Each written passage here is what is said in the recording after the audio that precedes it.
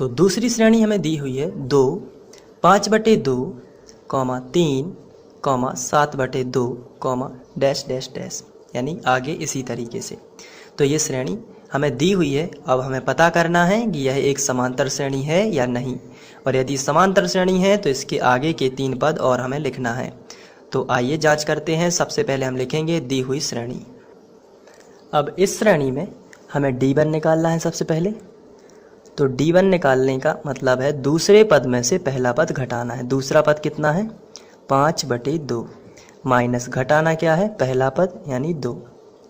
तो इसका एलसीएम लेना है, तो इसका गुणा इसमें हो जाएगा और ये इसके बटे में ही रहेगा। तो 5 माइनस 2 दूनी 4 और बटे में रहेगा 2। 5 में से 4 चले जाएंगे तो बचेगा 1/2, क्योंकि माइनस लगा है तो घट जाएंगे तो आएगा 1/2। इसके बाद आगे बढ़ते हैं, D2 निकाल लेते हैं।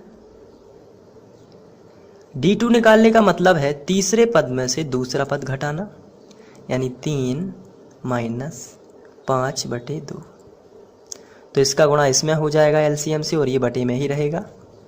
तो आएगा 3 माइनस 3 दूनी 6 कर देते हैं यहाँ पर, 6 माइनस लगा है तो माइनस 5/2। तो 6 में से 5 जाएंगे तो बचेगा 1/2। तो यहाँ पर जितना D1 है उतना ही D2 है। चलिए D3 और चेक कर लेते हैं। यदि तीनों बराबर हैं तो दी हुई श्रेणी एक समांतर श्रेणी होगी। तो D3 भी चेक कर लेते हैं। D3 आएगा चौथे पद में से तीसरा पद घटाना, यानी 7/2 में से घटाना -3, केवल 3। तो यहाँ पर 7/2 -3, चलिए एलसीएम ले लेते हैं इसका। तो 7 माइनस 3 दूनी 6/2, तो 7 में से 6 चले जाएंगे तो आएगा 1/2। तो यहाँ पर जितना D1 है उतना ही D2 है और उतना ही D3 है। तो यहाँ पर आप लिख सकते हो आगे चल के, यहाँ D1 बराबर D2 बराबर D3। अतः दी हुई श्रेणी एक समांतर श्रेणी है।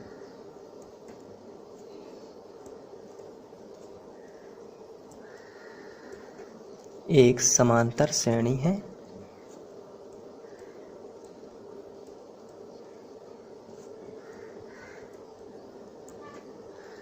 जब ये समांतर श्रेणी है तो आगे के हम पद निकाल लेंगे। तो यहाँ पर हमें 4 पद दिए गए थे, 1 2 3 4।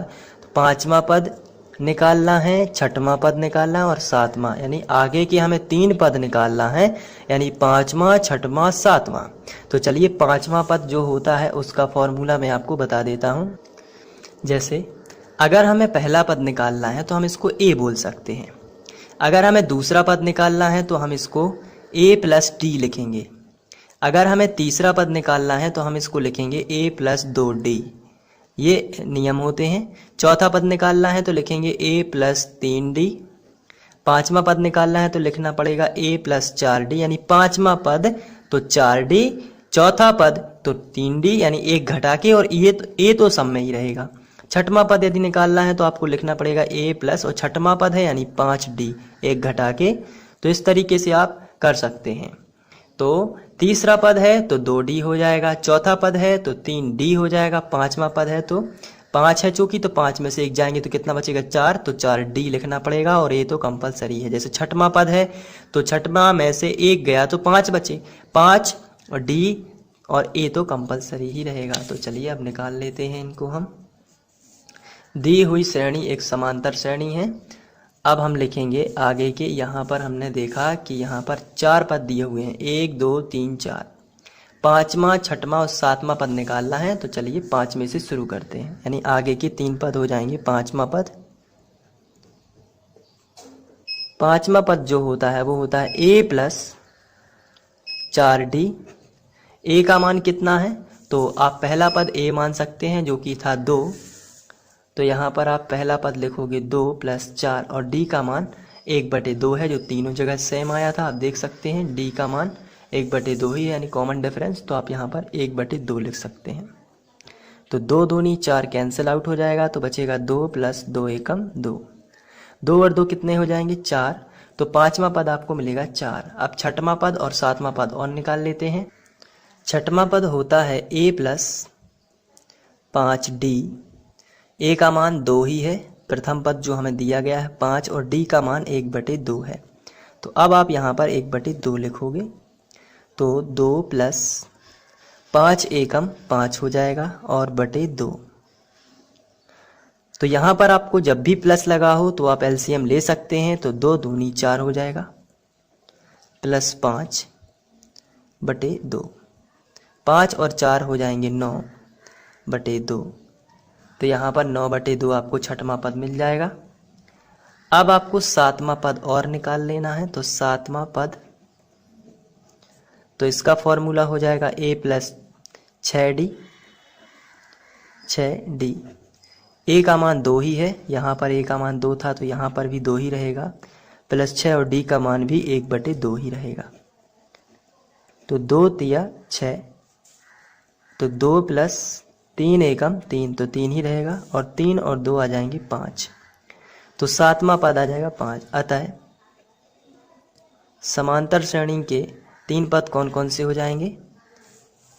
पहला था, जो पांचवा पद हमने निकाला है वो है 4।